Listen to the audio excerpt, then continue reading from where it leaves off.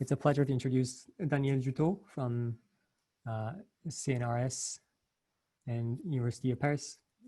He's going to be talking about Broué's Abelian Defect Conjecture, Part 2. Yes, thank you. So this is the second talk about Broué's Abelian Defect group conjecture. And it's a geometric version because most finite simple groups are finite simple groups of Lie type. So it's a very important case. And in '76, there was a very important paper by Deligne-Lusztig to study the representation theory in characteristic zero of finite groups of Lie type, like GLN of FQ, SP2N, etc., which uses a geometry. So it was really the geometric representation theory of finite groups. So they defined some varieties Y with commuting actions of G and tau I. You can also do it more generally for Lévy subgroups. And then you can take cohomology groups with compact support using L-adic cohomology. And so in this way, you get a complex of bimodules. And this is really what inspired Broué's conjecture. So from last week, we had an L modular system. So for example, K, OK could be QL, ZL, and FL, or extensions sufficiently large. And this is precisely what you can do with étale cohomology and L-adic cohomology. What happened? Good. So the Deligne-Lusztig theory was really an amazing tool to solve a lot of problems. It was not enough there was still a lot of work to do. But from those cohomology groups, you can take the alternating sum and you get a virtual module or virtual character called the Deligne-Lusztig character. And you can prove the following results, that you get all irreducible characters in some Deligne-Lusztig character, and they get partitioned into series. And you have a Jordan decomposition for characters. You can compute the values of those characters. And you have a classification in the end with a lot of work. So other articles of Lusztig and his book, you have a classification of irreducible representations of G, and you can compute their dimensions and so on. So first, I thought I would illustrate everything with SL2, but I think I will rather refer you to two talks of Cédric Bonafé at MSRY and his book, because it's really good to do it for oneself. So since there is no talk next week, if you are motivated to do it, we can meet at some point to discuss it if you want. But I will give some other examples to illustrate some aspects. But there is also a modular Deligne-Lusztig theory. So in characteristic zero, since everything is semi-simple, you just care about characters, and the alternating sum is much easier to understand than the individual cohomology groups, but you can do a lot of things already with that. But really in the modular case, you should really keep the complex. So you don't just want the cohomology. And then you have similar results as in characteristic zero. For example, you can get all projective decomposable modules in those complexes. Broué and Michel showed that there is a compatibility of blocks of modular representation theory with the Lusztig series. And you also have a Jordan decomposition for blocks, which takes the form of a Morita equivalence. So this is by Bonafé and Rouquier. And then when you go further down, you only have partial results. For example, the computation of the complex, it's understood in the Coxeter case. And classifications of simple modules and their dimension is very complicated because it's almost as hard as computing decomposition matrices, but this allows to go much further than before in our rank. For example, unitary groups up to rank 10 with Judas and Malo. So this is numerical information, but you can also get homological information like X, structures of blocks. So for example, in the cyclic defect case, it's given by Broué trees. So there's work of Judas and Rouquier and Koiven and other people. So, and in some cases, you can prove Broué conjecture. So it inspired Broué conjecture, and sometimes it really works. So in particular in this Coxeter case. So I would like, so we'll take a connected reductive group G over P bar and do it with a Frobenius, which gives a FQ rational structure. And so we consider our finite reductive group G, so the fixed point by Frobenius, or the FQ plans. The standard example is a JLN with a standard Frobenius, so each entry is raised to the Qth power, and then you get GLN-Q. So the first thing I would like to say about those finite reductive groups is to talk about the order. So we'll choose some maximal torus and Borel subgroup, both F stable, so that's a quasi-split case. So we have the Weil group, the normalizer of T modulo T. It acts on the root system in the character lattice. And then F induces a permutation of W, but for simplicity, we will assume this action is trivial. So this is really the split case. But non-split things will occur at some point, but not at this point. So what is this formula for the order of G? So it's all in terms of the Weil group. So the W acts on a reflection group on X of T, and you can tensor with C. And if you look at invariant functions, you have you can take homogeneous generators which have some degrees, and those are called the degrees of W. And then if you want to compute the order of G, you can say it's B times G mod B. And since we are in the split case, so for B, it's easy, it's U times T, and so you have a power of Q, which is the number of positive roots. And you have Q minus 1 to the rank for the torus. But then G mod B, you can use the fact that it is, you have the Schubert Broué decomposition into affine spaces. And so you understand very well the eigenvalues of Frobenius. And so it's really, the number of points is really given by the Poincaré polynomial, which counts how many elements of each length you have in the Weil group. And it's known that the product of the degrees is equal to the order of the Weil group. And here you have a very nice result, is that the Poincaré polynomial of G mod B is just a Q deformation. You take the product of the corresponding quantum integers. So the quantum integer n is 1 plus Q squared up to Qn minus 1. So if you do Q equals 1, you recover the order of W. And in particular, apart from this power of Q, which accounts for the unipotent radical of the Broué, you only have cyclotomic polynomials if you look at irreducible factors for polynomials over the rational. And so you can group them. So you have phi d to some powers. And so you have a polynomial in one indeterminate, let's call it G with 2 bars. And when you evaluate at Q, the cardinal of the field, you always get the number of points. And so there are versions in non-split case, but let's keep it simple. So you can easily compute the example of GLN. So the first column, you have to avoid 0, then you have to avoid the line, then the plane, etc. And so if you group all the power of Q, and you can also factor Q minus 1, and then you get this quantum factorial, which is an agreement with the degrees, you know, the invariant functions for the symmetric group, the elementary symmetric polynomials. And so that this product is how it decomposes. And so you have a finite group, but you can consider nicer groups like tau y, which are fixed points of a F-stable torus, and Lévy subgroups, which are fixed points by Frobenius of a F-stable Lévy sub.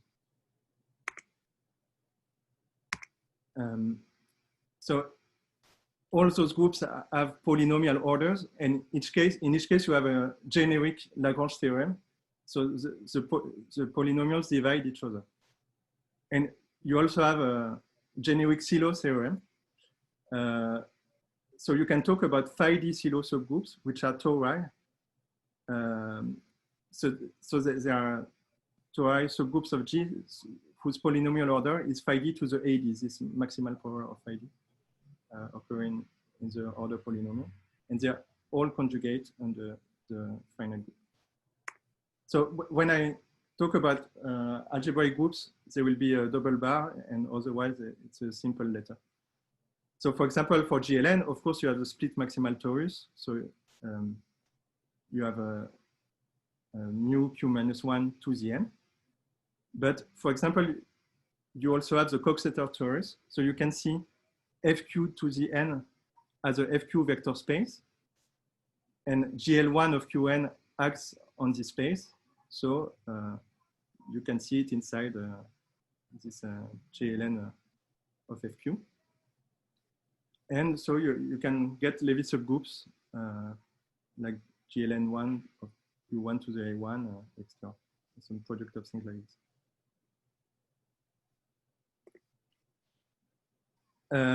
So now I will make simplifying assumptions. So of course we are interested in primes L which divide the order of G.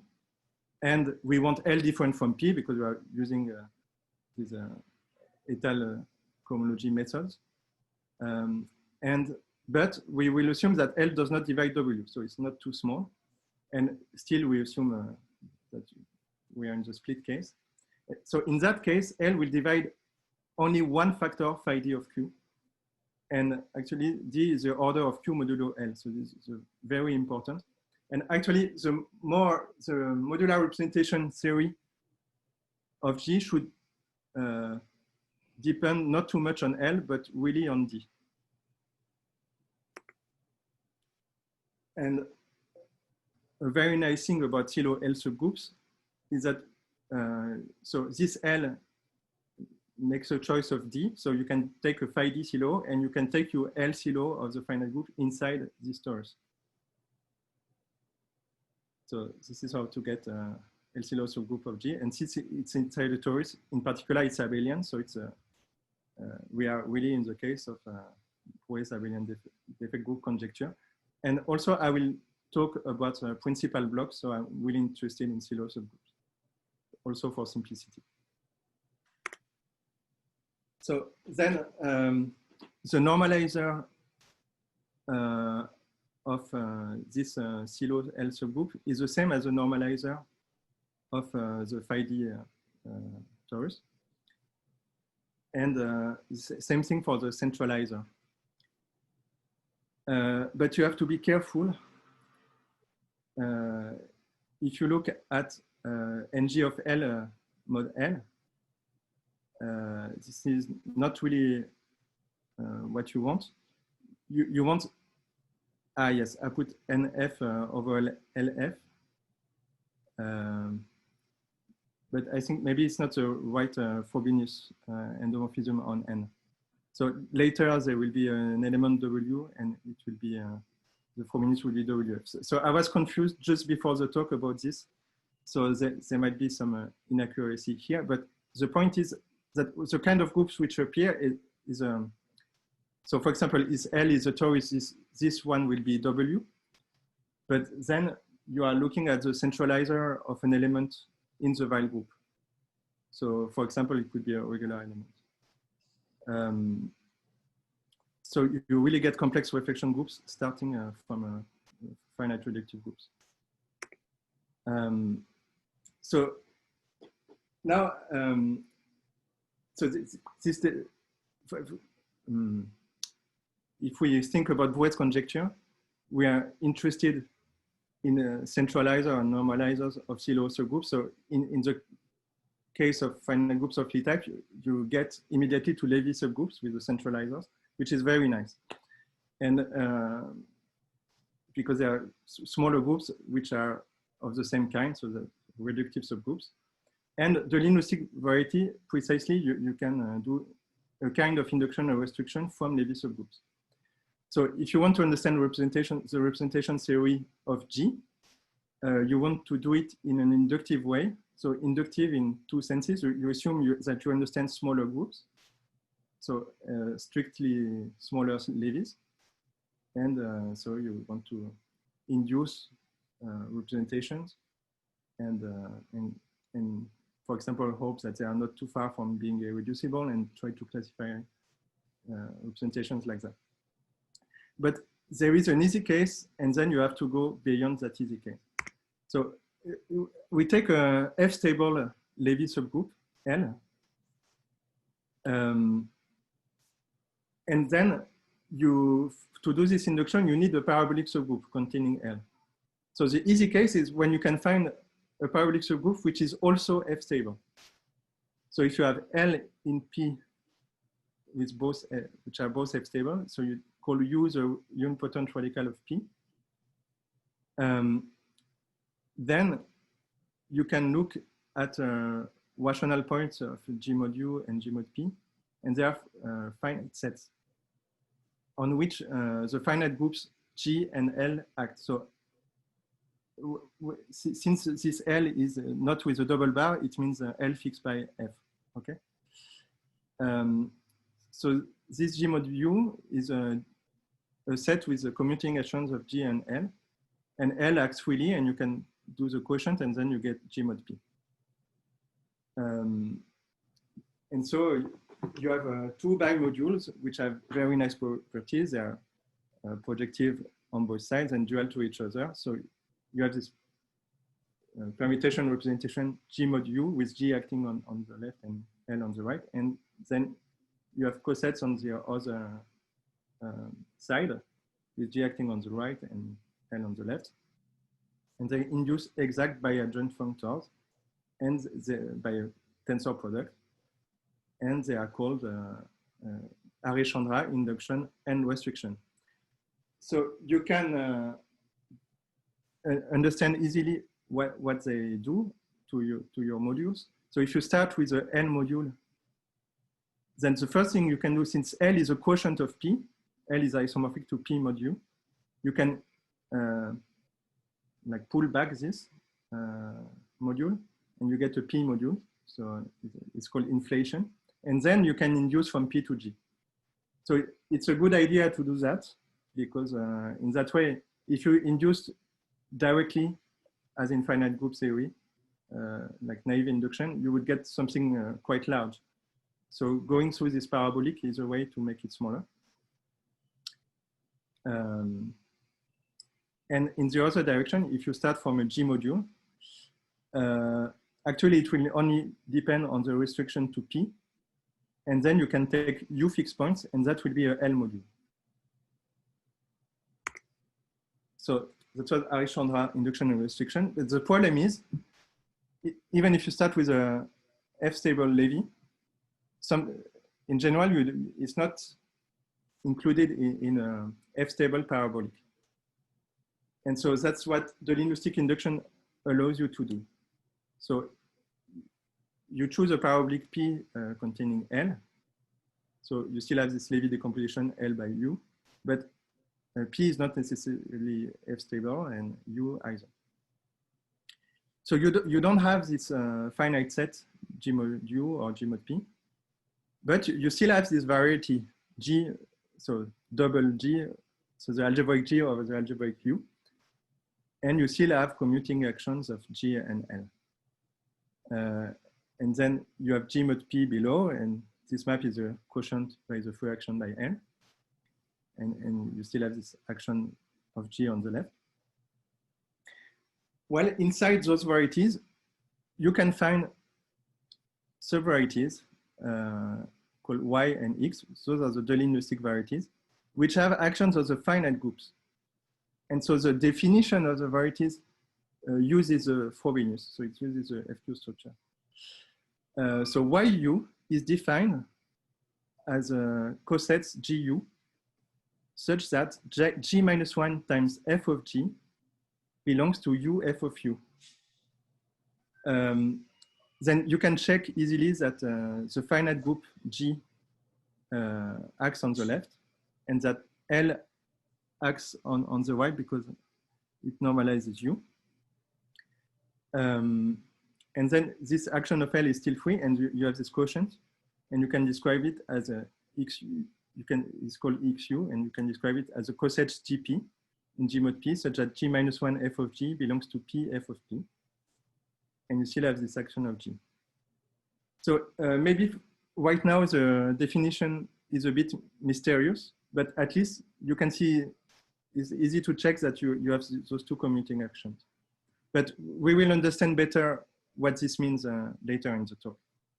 But in any case, just because of this, we have varieties with commuting actions. If you look at cohomology with compact support using L-adic cohomology or ital cohomology, you will get bimodules. But if you work over O or little k, as I said before, you should really remember the complex. So it's an object in the derivative category. And actually, by results of Rickard and Broué, you can do better. You can work in the homotopy category. You have nice representatives of this complex. And just because you have a complex of bimodules, you can define functors in both directions just by tensor product. And this is what is called Deligne-Lusztig induction and restriction. And since the cohomology, you can define it for FL, ZL, or QL. So okay. The framework is exactly the same. So you have some geometry and you want to use it for the representation theory. So that was the first part of the talk.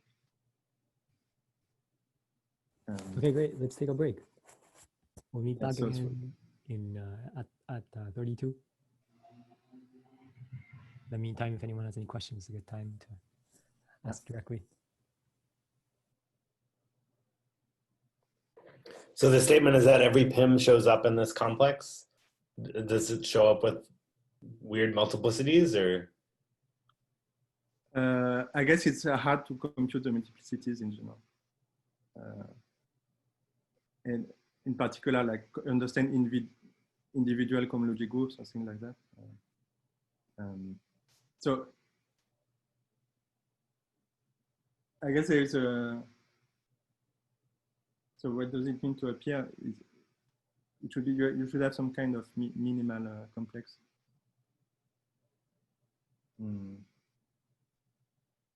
So I'm not an expert in this theory. So I know Raphael can answer questions if needed. But in any case, you can extract a lot of information from this. And then you can use what you know in characteristic 0, which is a lot. And then maybe you will have to prove that some groups have no torsion or things like this.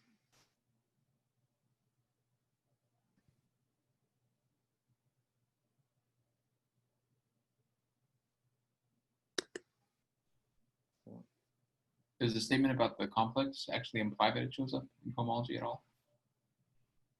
What was the question? The definition of showing up in the complex, does it imply that it shows up in cohomology?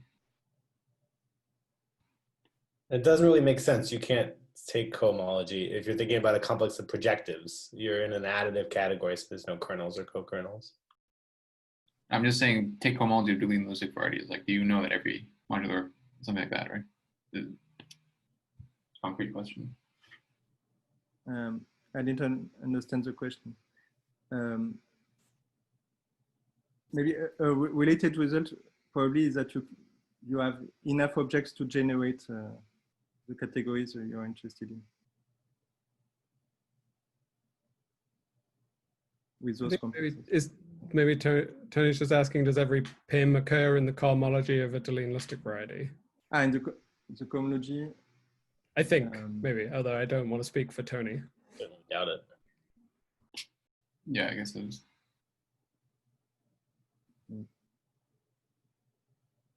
Well, the cohomology should.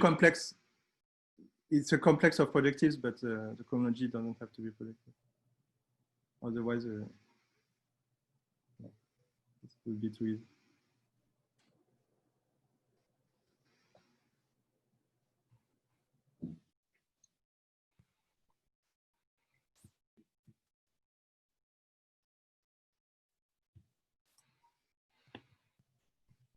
But actually, why not study the cohomology in this modular case? Why shift to the complex? why we prefer the complex Yeah. rather than the cohomology. Because the category of representations is not semi-simple, so you lose information if you do. And the functors that you can really define are at the level of derived categories. So with the nice properties, that's what you want to do. And by the way, the derived equivalences predicted by Broué should be induced by complexes of bimodules with some good properties. So.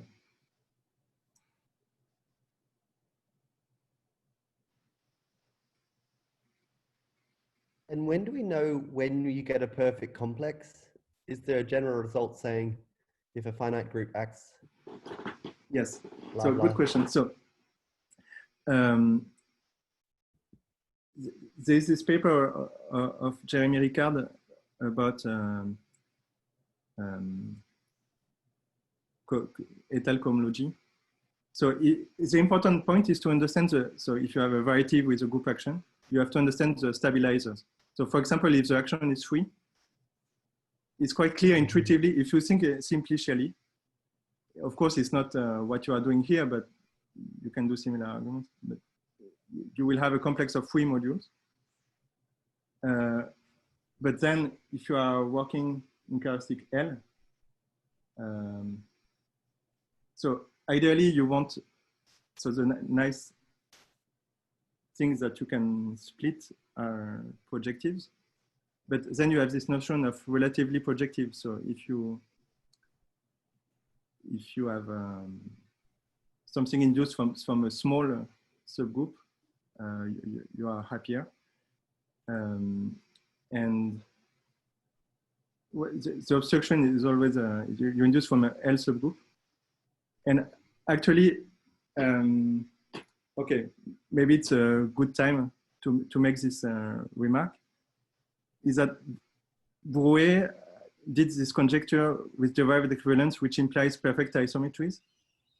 But in the context of local block theory, it made sense to ask not just for one perfect isometry, but for a family of compatible perfect isometries that you get considering centralizers of L subgroups of the defect, like smaller subgroups. And then Broué asked Rickard, okay, can you find an even stronger notion of derived equivalence, which ensures that for block algebras, you get, it implies those compatible families of perfect isometries, which he called isotypies. And this is how, and so Rickard had to think for a while, but he came up with a notion of splendid Rickard equivalence. And so not only you have a complex which is perfect on both sides, but also the terms are permutation modules induced from diagonally embedded L subgroups. And when you have that, so it's a very good notion for two reasons. So when you have that, it implies the isotypies like Broué wanted. And also it's compatible with Broué's geometric version of his conjecture. Because when you look at the stabilizers of G times L, you see that this is a kind of subgroups that you need to induce from. So the geometric version would give a splendid Rickard equivalence, which is very good.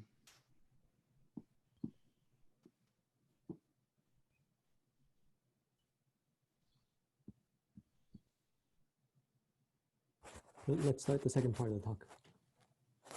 Okay, so let's go on. So here, a version. So I'm trying to give more the philosophy. So I will make a lot of simplifying assumptions, and I'm trying to explain the philosophy. So I talked yesterday with Olivier Dudas, and he suggested that I presented things this way. So, but I hope I will explain it correctly. So to simplify, we consider principal blocks. Again, GF is split, L divides G, but not W. So it singles out one D. And so you look at a phi D silo. And your L silo is inside this torus. And then you have this centralizer of this torus is a Levy. And then you have the normalizer. And you have the centralizer in the finite group, the rational points of the Levy. But you have to be careful with this normalizer of the silo subgroup. So because what you are doing is like a quotient of the two finite groups. And what you doing this, what you get is a complex reflection group, actually. So even if you are interested in finite reductive groups, or you think you only need Weil groups, but just with this normalizers modulo centralizers, you get complex reflection groups.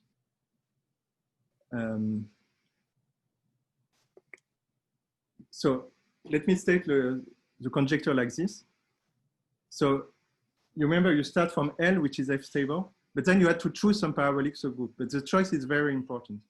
So the first thing in the conjecture is that there exists a choice of a parabolic, P containing L, such that the action, yeah, so we have an action of L with this theory of Deligne-Lusztig varieties. But the problem is that we want an equivalence between G and N, not between G and L. So the first thing is that we can extend the L action to an N action, and that this will induce Rickard equivalence between the principal blocks of OG and ON. So you need to understand how to extend the action. So when you already have the actions of G and L, what is still acting? So you have the Frobenius. So for example, if your N mod L is a cyclic group, this might be enough. And in general, you can try to define some action of a Braid group and ask whether it factors for a Heckel algebra, and then maybe you can get to the group case again. Then you have question of generation, like are your objects big enough to get an equivalence? And the question of disjunction of cohomology subgroups, which is already hard in caustic zero. So you know the alternating sum easily, but the individual cohomology groups, HI with compact support, are harder. So disjunctions means that you have no cancellation. So the modules you look at, they occur only in 1 degree. Okay, so this is what Olivier told me about the state of the art in general. Then in specific cases, we can know more. But you have this complex reflection group. And then you have its Braid group and its Braid monoid. So it comes naturally with a reflection representation V prime. And so V prime WAG is when you remove all reflecting hyperplanes, and you have this quotient space, and the fundamental group is what is called the Braid group. And you have generators, which is the generators of the reflection group. And if you don't take inverses, you have this Braid monoid. So here are some good news, is that the choice of this parabolic is understood. So we know how to choose it. So that two things happen. So first, is the disjunction property is not true in general. But for this choice, at least it is conjecture that the disjunction holds. And the second good thing is that one can construct an action of the Braid monoid of this complex reflection group on the variety. And this induces an action of the group algebra of this big semi-direct product. So we already had an action of L commuting with G, but now we have an additional action of this Braid group. And recall that what we would like is really an action of N. So what is missing apart from L is this bit corresponding to W prime. And so the problem is that this junction is hard to prove, even though okay. And then it's not known in general how to prove that this morphism is surjective and that the Haker relations are satisfied. So it should really be the Haker algebra of W prime, which is really acting, but you have to see what it means because you combine with the action of the Levy. So for example, in the Harry-Chandra case, you have the Yokonuma-Haker algebra. So you have this kind of algebras, but philosophically, it's a kind of Haker algebra. Of course, I don't know much about those subtleties. So it's not known in general, but we have positive results in special cases. So to simplify, I will talk about the case where the Levy is a torus. And then you have to choose a Borel. So in the preceding discussion, so we came with a Levy starting from this point L. And you can wonder, okay, when is this Levy a torus? Well, this occurs exactly when D is a regular number for W, acting on its reflection representation. So this means that there exists a regular element W of order D, which means that W has a regular zeta D eigenvector. So zeta D is a disroot of unity, primitive disroot of unity. And regular means that it doesn't belong to any hyperplane arrangement. And so starting with this, yeah. So I gave you some definition of Deligne-Lusztig varieties, but now there's an alternative point of view where the choice of parabolic, so here the choice of a Borel, of course you could say that it's like choosing a Borel containing a fixed torus, it's like choosing an element of the Weyl group. So for W in W, we choose some representative in the normalizer. And you can do it in a way that they multiply nicely when the lengths add up, I guess. But anyway, you have, instead of, let's see, before you had one torus and you look at different Borels. But now you, yeah, you will change the rational structure. And so it's not a subgroup, the torus that you get is not a subgroup of GF, but it's conjugated to the subgroup of GF. So what you get by inducing from those is the same as what you would have got from subgroups of GF. So it's a bit confusing, but for certain purposes, it's easier to work with the elements of the Weyl group. So if you have so you have T with the Frobenius structure given by the Frobenius F, you can twist this Frobenius structure. So you act with WF, and then you have the fixed points. So it gives you another torus. And then you define Y of W dot. So the variety depends on the choice of this representative. So again, you have cosets GU, but now you ask that G inverse F of G is in U W dot U. And for the G mod B version, you want it to be in BWB.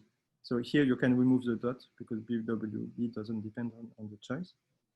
And in the next slide, I will explain what this XW really means. It will be clearer, I think. So the interpretation of X of W as a subvariety of the flag variety. So you can see the flag variety as a set of Borel subgroups. And X of W is a subvariety of Borel, so I call them B prime, which are in relative position W with an image by Frobenius. So relative position W, what does it mean? Is that if you look at G orbits on pairs of Borels, well, G acts transitively on a thing. So if you act on just on Borels, not pairs. So you can fix the first one to be a fixed Borel B. And then what is still acting on the second component is a normalizer of B, which is B again. So then you look at B orbits on the flag variety. And it's well known that you have the Broué decomposition. So the B orbits are parameterized by W. Yeah, and we use this notation. Relative position W, you have an arrow with a W on top. And so if you want to write two Borels, you could say it's B conjugated by some B and B conjugated by some G prime. What does it mean to be in relative position W? It means that G minus 1 G prime is in BWB. So the condition before, G minus 1 F of G, it really means that the Borel GB and its image by Frobenius is are in relative position W. And it's important to note that when you have a factorization of W with the legs adding up, and if you have two Borels in relative position W, then you have a unique Borel in between in the relative position W2 and W1 with the two you started with. And using this kind of idea, instead of doing W at once, you can do small steps. And if you do small steps, you can go further than the Weil group. You can even have Deligne-Lusztig varieties associated to elements in the Braid group. So that's really useful. Although you don't really get new varieties because they turn out to be Deligne-Lusztig varieties for a larger group. You can take G times G times G with a specific choice of Frobenius structure, and you can recover those as well as classical Deligne-Lusztig varieties. So in the geometric version of Broué's conjecture, when L is a torus, so when D is a regular number, the W you should choose is you should take a regular element of order D, but even when you have said that, you have to make a good choice. Typically, you will look at roots. So you have this element pi. So first, you can lift elements of the Weil groups to the Braid group because you can already lift the generators, and then it doesn't depend on the reduced expression. And so you have the lift of the largest element, W0. So the lift I'll denote by underline. And if you square it, you get an element pi, which is central on the Braid group. And the good elements are those which are some root of this element pi, or maybe some power of pi.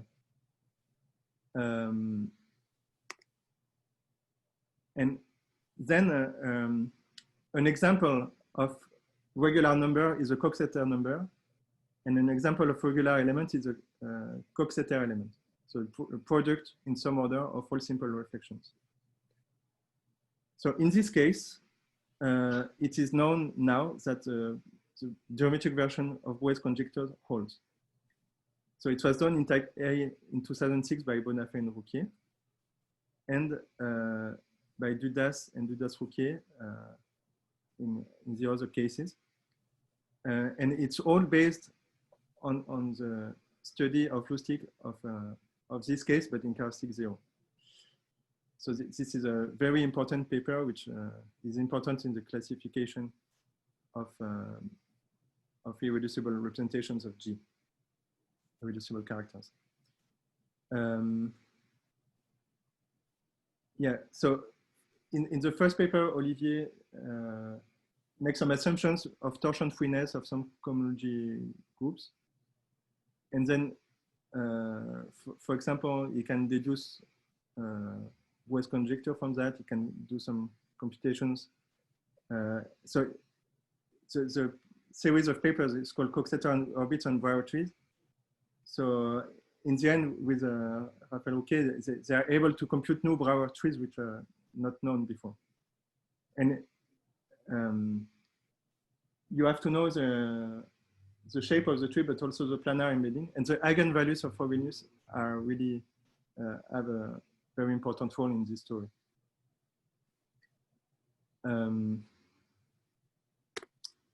Yes, so there are other known cases. So the case T equals 1, the theorem by Puig.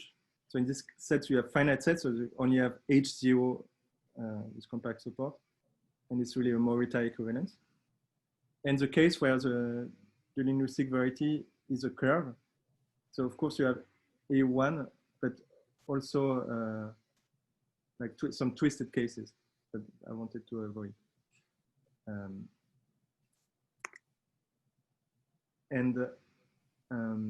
So until what time can I talk? Until like, do we have still 5 minutes or 10 minutes?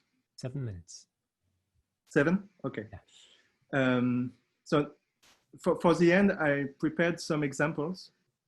So the last slide is an example of Deligne-Lusztig variety of SL2. So maybe I should start with that one. I don't know. And otherwise, I have some examples. If you try to understand what this extra action can be in some simple examples. So maybe I should do the SL2 example, at least show the Deligne-Lusztig variety.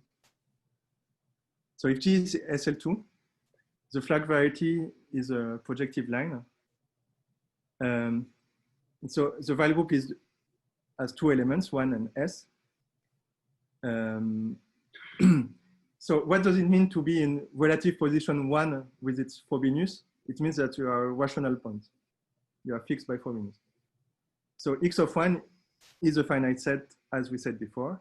It's G mod B. And in this case, it's P1 of FQ. And then since there are only 2, so the other coset is BSB, so you have the complement. So you have P1 minus its rational points over FQ. So it's a curve. And then you can make everything explicit and get equations. So first, a G mod U coset, you can see that you only care about the first column. Let's say U is a 1, 1 on the diagonal and a star above. And then G mod U, actually U is a stabilizer of the first coordinate vector, right? Because in general, you would have a 1 star, 0 star, but because you are in SL2, the last star is also a 1. So you really get U for the stabilizer of the first coordinate vector. And so G mod U is isomorphic to A2 minus 0. So you can send this matrix just to its first column. But then you can look at, you go to the quotient by B. Okay, so you still have this matrix starting with XY. And now the flag variety is P1, and it's just to XY, you associate its class in P1. And now you can see that the double cosets we are interested in is U, S, U. So you fix S some lift of the reflection. So if you compute the double cosets, you get this. So it's the elements of SL2 which have 1 down on the left below. And the double coset for B is those for which this entry is non-zero. And then you can compute G minus 1 FOG with a G like above, where you only care about X and Y. So you can follow, you can compute the inverse, you can compute the Frobenius of this. And when you do the product, you know that you have XY to the Q minus Y X to the Q in this coordinate. And so the Y variety, it is defined by this coordinate equal to 1. So you recover the equation of the Drinfeld curve. So it's called the Drinfeld curve because he used it in an article of 1974. I believe it's for the long-length correspondence for GL2. And Deligne-Lusztig said that from this example, for SL2, they understood what they had to do in general. So that's a nice generalization. I just want to make this remark on the genus. So it's a plane curve. But the equation depends on Q, so it's rather unusual, right? In the data, you have this Frobenius endomorphism and this FQ rational structure. So the genus is Q times Q minus 1 over 2. So it's of degree Q plus 1. So yeah, it's not a variety that you look at different characteristics or something like this. It's a different variety for each Q, different equation. And then when you go to the quotient, so x of s, you get, as we saw above, P1 minus its rational points. And so in Cédric's 2 lectures at MSRY, he uses the geometry of this Drinfeld curve. So first Arichandra induction, and then Deligne-Lusztig induction using this curve. In the first lecture to compute all the characters and the dimensions in characteristic 0. In the second lecture for the modular representation theory. And so this gives rise to his SL2 book. So I redid the computations in preparations of this talk, but it was not reasonable to explain that. So the general story and the example at the same time. But it's really, really an instructive exercise to redo the computations, all the computations for SL2, like as an introduction to Deligne-Lusztig theory, so either in characteristic 0 or in the modular case. So is my time over? No. Yes, in principle. Yes, okay. So yeah, maybe let's do questions first, and if you want to add things, we can do it in the second half. But let's thank. And another thing I can propose is that I had a conversation with Michel Broué.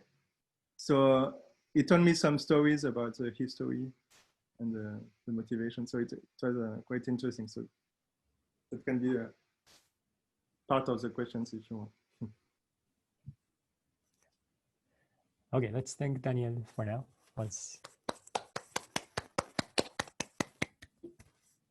And are there any questions?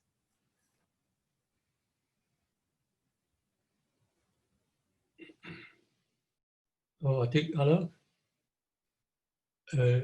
Yes, I think I have some comments. So I think this deregular elements, there's a generalization of those, which I introduced, but which I think that for those, there's a disjointness will hold.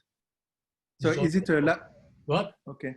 Is it a larger family of elements? Larger family, yes. Yeah. Which are called positive. I call them positive elements. Okay. And so I think one definition is in fact XW cross XW divided by the order by the GFQ. And that's supposed to have a number of points over any finite field should be positive polynomial. And this can be classified. Actually, you can compute. So W is supposed to have minimal length in its conjugacy class. And you can classify those, at least in exceptional groups. And you can, and I think this should have this non-cancellation property. So this is, and this includes these regular elliptic elements. So and I think it's slightly larger, and I think it's probably relevant for this story. Interesting. And this appears in one paper. It's not published. It's in an archive maybe 2 years ago, I think. But, okay. Yeah. Great. Can I just ask? Do you have a characterization of these elements in terms of purely in terms of the Val group, or? I can characterize it in terms of some positivity of some trace of something. So you have to know the character table of the Hecke algebra, and there's some. then there's some expression in W using character of algebra should be positive. So it's something which is computable in any case, but these things are unknown. Okay, thank you. Yes. Mm-hmm.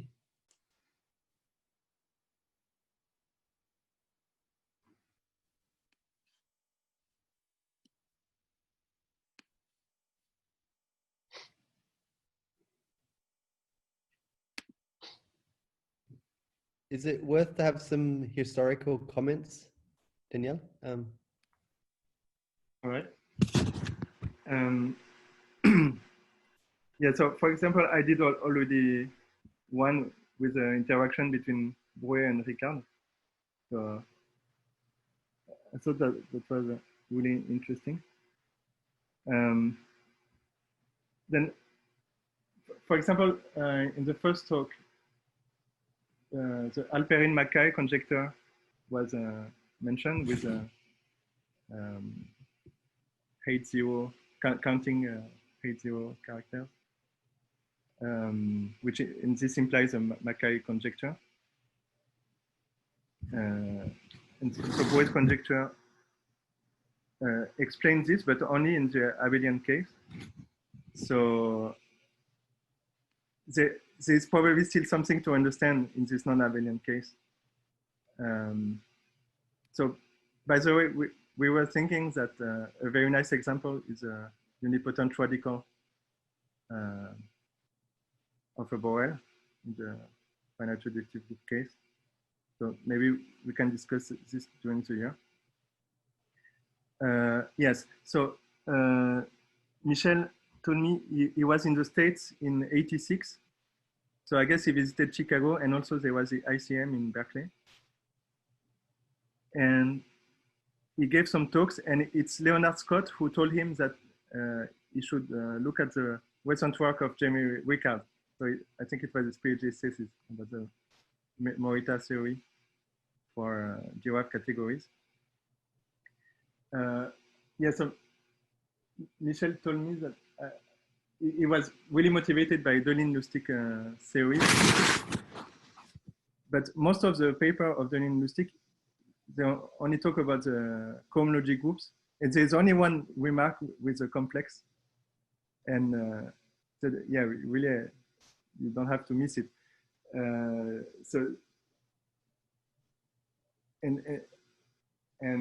So first, he didn't really know what was a white statement. So maybe at the beginning, he was talking about there was a virtual module, so it was like a virtual Morita equivalence. But then, of course, the white statement was derived categories. And yeah, Rickard's results made Michel Broué very, very happy. So first, the thing that is compatible with étale, so what you get from étale cohomology, and you get a splendid equivalence, and it explains isotopes. So at first, so the conjecture had an enormous influence in the field, in block theory, finite group theory, but in the long term. At the beginning, maybe it was harder to convince people, but Alperin was very enthusiastic. And there's a notion of local structure of blocks. So already for the groups is like all the piece of groups and how they can be conjugated by elements of G. And so there's a notion like when the group G and NG of D, that they have the same local structure. And at some point, he was a bit too optimistic. So in a note to the compte rendu Académie des Sciences, he wrote a conjecture which was too optimistic, that it was enough that the local structure is the same to have the derived equivalence. But then after a talk he gave in the States, Thompson said, oh, it was a really nice talk, but I think the conjecture could fail for the Suzuki group. Suzuki of 8. And actually, it was true that it was a counterexample, but it was hard for them to see that it was a counterexample. So with Jean-Pierre Serre, they computed the Cartan matrix, and they showed that they don't define the same integral quadratic form. So that's how they saw that the conjecture could not hold in this case. And later it was explained in a simpler way, because the centers are not isomorphic, but the strange thing is that they are isomorphic over big K and little k, but not over O. So it's a bit subtle, and there must be something which holds in this case as well, but it's not clear what. Yeah, and so he was motivated by the Deligne-Lusztig theory and the geometric version, but of course immediately he wondered if it's true for any finite group, and so for example, early on, Paul Fong did computations with sporadic groups. So first you can look at the numerical consequences, and it worked, and they were really amazed that everything worked so nicely. So I think it's really mysterious, this conjecture of Broué, because it has a very nice motivation for the finite groups of Lie type, but it's a bit miraculous that it works. It seems to work in general. Like, where do these equivalences come from? Yeah, and then there's another aspect. He sent me some slides of a talk, so he told me I can share his slides if you're interested. He related this story to the classification of finite simple groups, which was not long before. Like, there are some cases where you know that you group G factors. Like, there is a notion of a subgroup H that it controls the fusion of P subgroups. And so sometimes you have a factorization of G with H and OP prime of G. This is the largest normal P prime subgroup. And it was used as a way to show that in some cases, the groups they were considering was not simple. And so if you look at this talk, you have like a different point of view, but maybe it was not the way really that it happened historically. It's so interesting. Yeah, and another thing is that before that, in '77, with Alperin, they had considered, so they generalized like Silo theorem and everything with a blockwise version. So they look at pairs with P subgroups and a block of the centralizer. And so there's an order relation on this, and you can define defect groups in those terms. And I think I never really understood this theory, so it would be nice to look at this if other people are interested.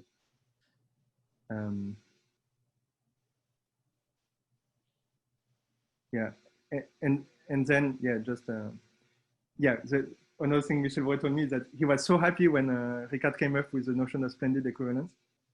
He actually thought that once you have the right notion, the conjecture should fall. Like, you'll be able to prove it, but in fact, no, not so easy. But then it led to other questions about Braid groups, complex reflection groups. And then there was this PETSIS program initiated by Broué, Malo, and Michel,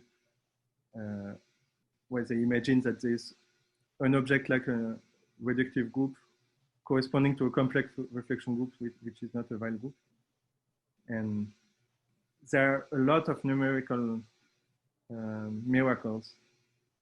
Like, the idea is that you try to express everything about finite reductive groups just in terms of the Weil group, and then you see if it makes sense when you go outside Weil groups with complex reflection groups. And so you can look at all the properties that you know for finite reductive groups and impose them, and it makes enough conditions to determine. So, for example, they compute the unipotent characters and their degrees and families and eigenvalues of Frobenius, acting Danielle, on the yeah. Could I just interrupt? I think that I mean, just to kind of, I found it extremely interesting that what's normally presented as a conjecture about a general finite group and is generally motivated by these counting conjectures, in fact, Yes. came from trying to understand what Deligne-Lusztig theory means in modular representation theory. Yeah. That was, because somehow nowadays it's usually presented the other way around, that we want to understand statements for general finite groups, but this was not the way that it arose historically. Yeah.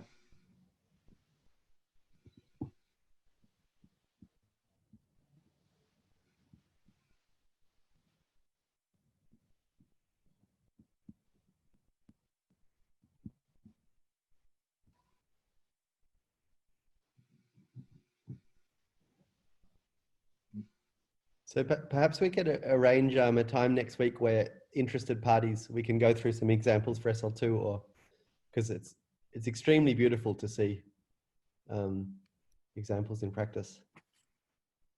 Yeah.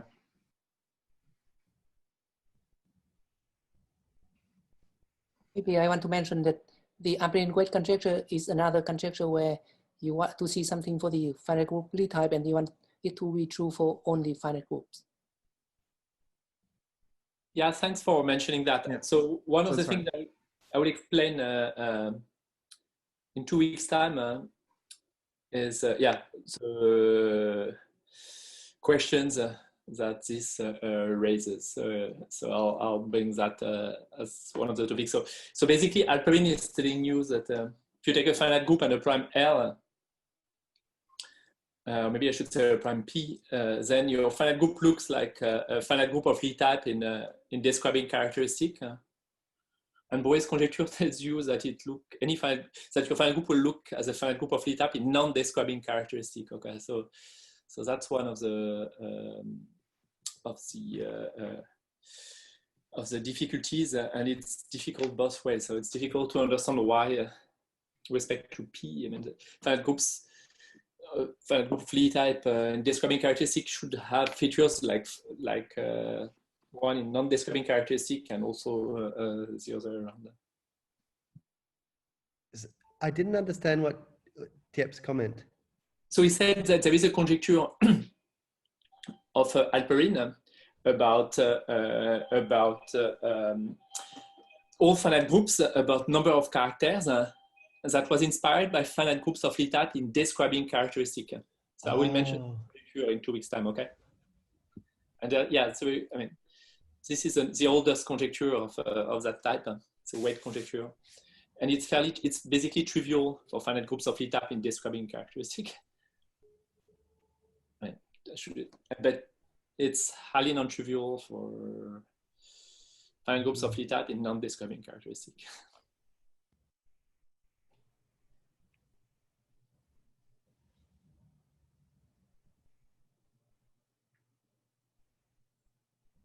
There was a proposal to look at some of the groups in where it's not abelian, like the unipotent radicals or something like that. Was that what your suggestion, Daniel? So as a test case to see if you could say something? Yeah, like is there any relation? So then the normalizer of U would be a Broué, and it can make you think of like results of the kind of Arkhipov-Bezrukanikov-Ginzburg, with this equivalence induction, and also modular analogs. So, yeah, there's clearly Danielle, something to understand. Yeah. So just so yes, but there's actually a theorem of Arkhipov-Bezrukanikov-Ginzburg and also of Achar, Risch, and Scott, and some others, that in the setting of algebraic groups, if you look at induction from the from a certain subcategory of modules over the Borel, this gives you an equivalence with the principal block, which looks remarkably like a kind of Broué type conjecture for algebraic groups. And that's what Daniel's referring to. Okay, thanks. I'll look that up.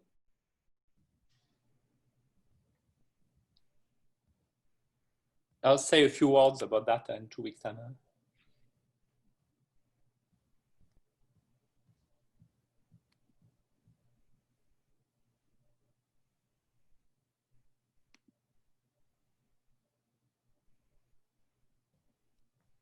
There's a question from Elijah in the chat.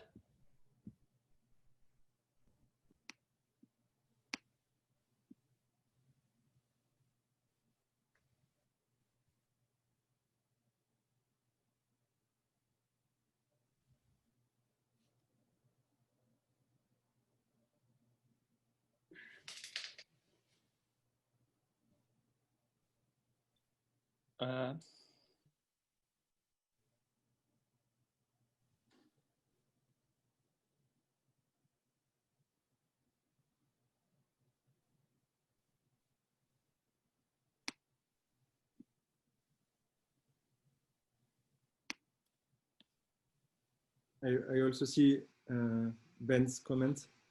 Actually, I wanted to mention this Warthog thing because there are lecture notes and also exercises. So I thought I could type an exercise sheet or something for SL2, but actually I think it's already done there. We will check. We can use those, but there are no solutions there. Yeah, no, we never actually got people to write those up. But if you want to write them up, add them on the website. But there is Cedric's book. The way that Warthog works is that there's one exercise after each lecture, and if you can do that exercise, then you're probably ready for the next one. Okay, that's fine. Any other questions? If not, let's thank the speaker again.